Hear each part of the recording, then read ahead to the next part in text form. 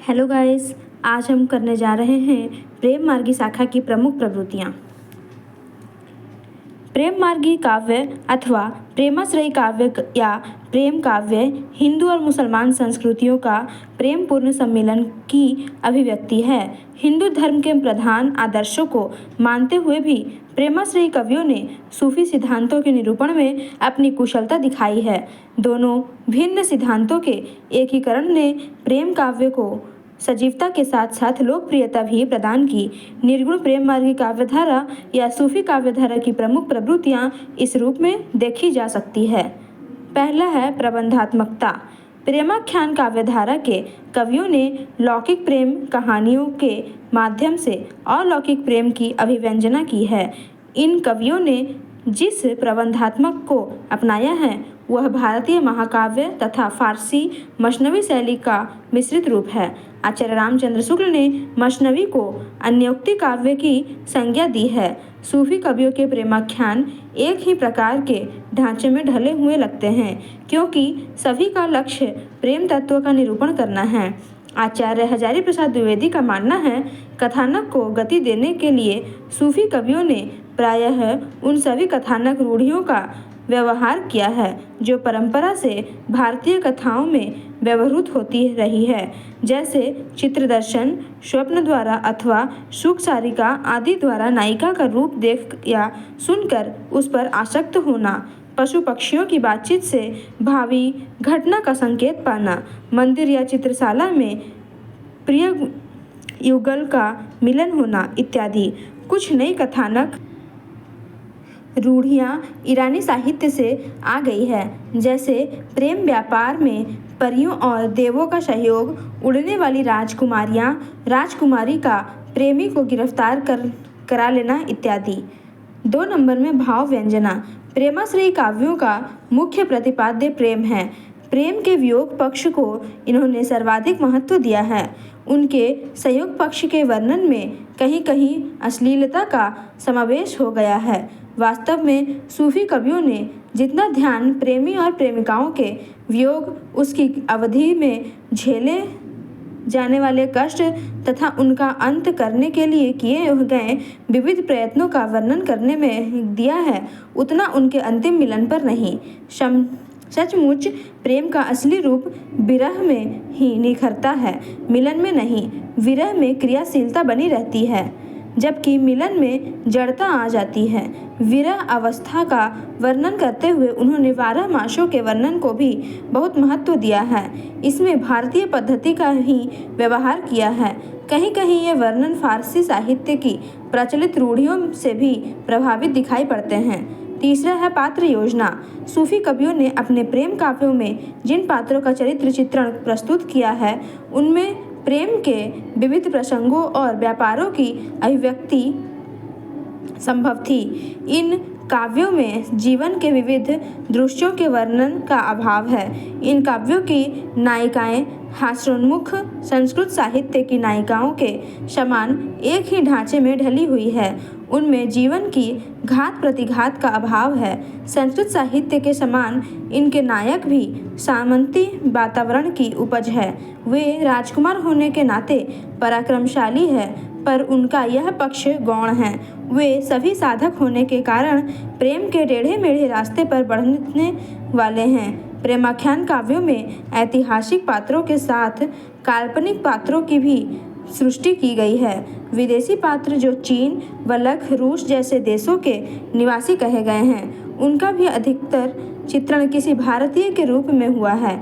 इन प्रेम काव्यों का अथ और इति प्रेम है, अतः सभी पात्र उसकी साधना एवं सिद्धि में प्रत्यक्ष एवं परोक्ष रूप में रत है। चौथा नंबर में है प्रेम और मशनवी संवेदना। प्रेम मार्गी कवियों ने ज्ञान मार्गी संतों की भांति धर्म और जाति का खंडन नहीं किया। उन्होंने प्रेम और मशनवी संवेदना के धरातल पर हिंदुओं तथा मुसलमानों को प्रेम मार्ग में एक समान बताया।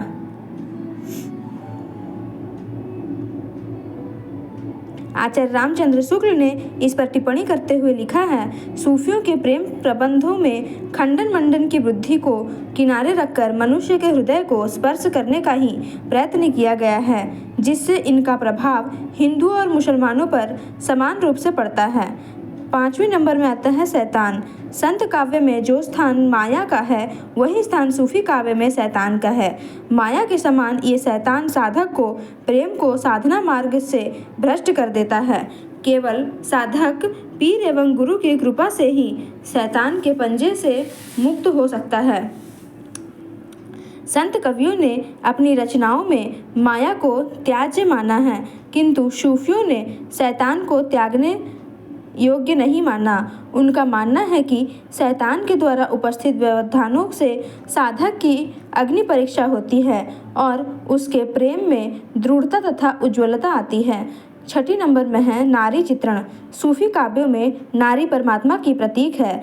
असल में प्रेम का प्रमुख पात्र नारी ही वह नूर है जिसके बिना संपूर्ण संसार अंधकारमय है। सूफी कवियों ने नारी को साध्य तथा प्रेम को साधन माना है। नारी का सौंदर्य ईश्वरीय सौंदर्य की प्रतिछाया है। प्रेमाख्यान काव्यों में नारी विवाह बंधन में आबद्ध दिखाई पड़ती है। इसका कारण भी स्पष्ट है। प्रेमाख्यान काव्य की अधिकांश पात्र हिंदू होते हैं और विवाह ही उनके संयोग और मिलन का एकमात्र वैध उपाय ठहरता है। इन काव्यों में नारी का चित्रण अधिकतर शौकिया के रूप में हुआ है। हाँ, कहीं कहीं नारी का परकीय नायिका रूप भी देखने को मिलता है। 7वें नंबर में लोक पक्ष एवं हिंदू संस्कृति। सूफी प्रेम काव्यों में हिंदू लोक संस्कृति, लोक जीवन और सामाजिकता का चित्रण हुआ है। सूफी कवियों ने हिंदू धर्म के सिद्धांतों, रहन सहन और आचार विचार का सुंदर वर्णन किया है। उस युग की संस्कृति समन्वय और संग्राहकता की भावना से पूर्ण हो चुकी थी।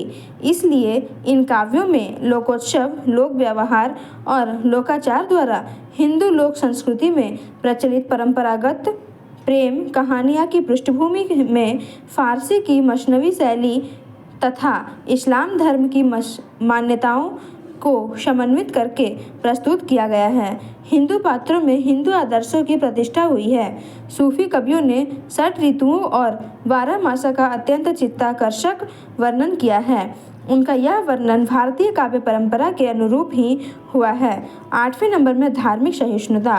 धार्मिक पृष्ठभूमि के आधार पर हिंदुओं के वेदांत और मुसलमानों के सूफी मत में बहुत अधिक समानता है।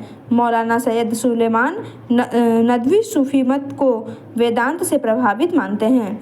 उनका मानना है, इनमें तो कोई संदेह नहीं कि मुसलमान सूफियों पर भारत में आने के बाद हिंदू वेदांतियों का प्रभाव पड़ा।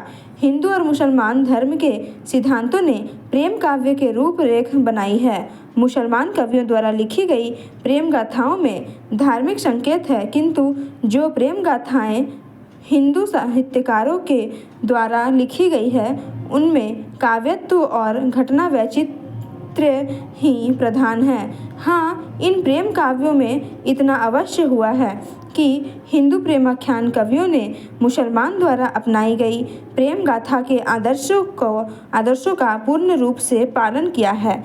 9 नंबर में आते हैं काव्य रूप। सूफी कवियों की प्रेम मूलक रचनाएं महाकाव्य की कोटि में आती है, किंतु इनमें भारतीय महाकाव्यों की तरह सर्वबद्धता नहीं है, अपितु कुछ शीर्षकों का प्रयोग किया गया है। हिंदी के अधिकांश विद्वानों ने इसी शैली को मसनवी शैली कहा है। इसमें कथा आरंभ से पूर्व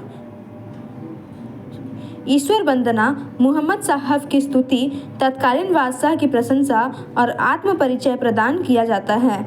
ऐसी शैली में रचित काव्यों में कवि का उद्देश्य किसी महान चरित्र की अवतारणा न होकर प्रेम तत्व का प्रतिपादन होता है, जिसमें नायक के उच्च कुल का होना आवश्यक नहीं है। प्रबंध शैली या मसनवी शैली के अतिरिक्त इन काव्यों में मुक्तक शैली का भी प्रयोग किया गया है।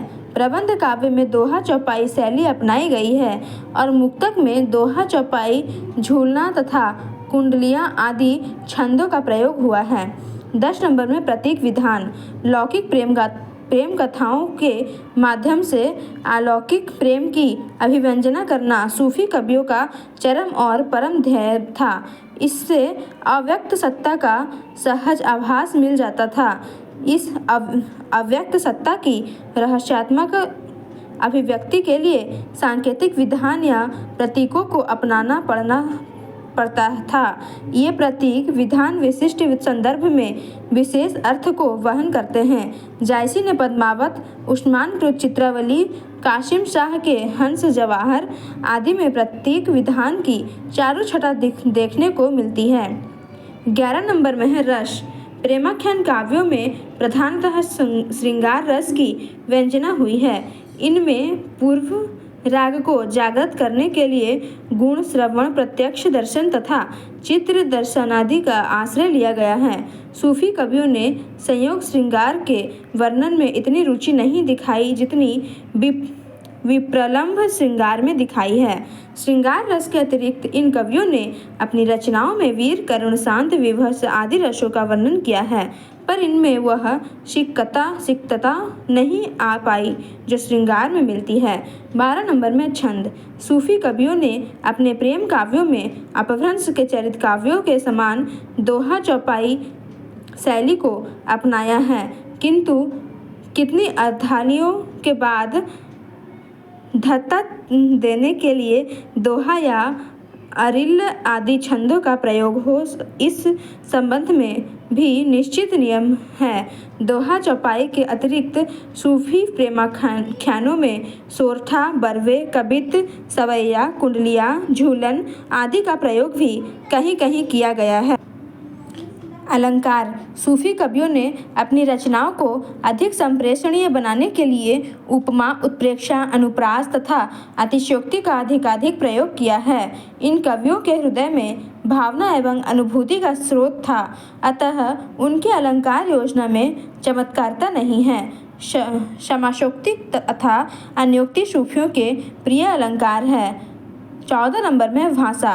प्रेम काव्य की भाषा अवधि है। जो अवधि इस प्रेम काव्य में प्रयुक्त हुई है वह अत्यंत सरल और स्वाभाविक है। उसमें संस्कृत के कठिन समास या दुरूह शब्दावलियाँ नहीं हैं। सूफी कवियों ने अवधि भाषा के मुहावरों तथा लोकोक्तियों का भी अच्छा प्रयोग किया है। इनकी अवधि में तद्भव शब्दों की बहुलता मिलती है जो सहज, सरल और बोधगम्य हैं। धन्यवाद।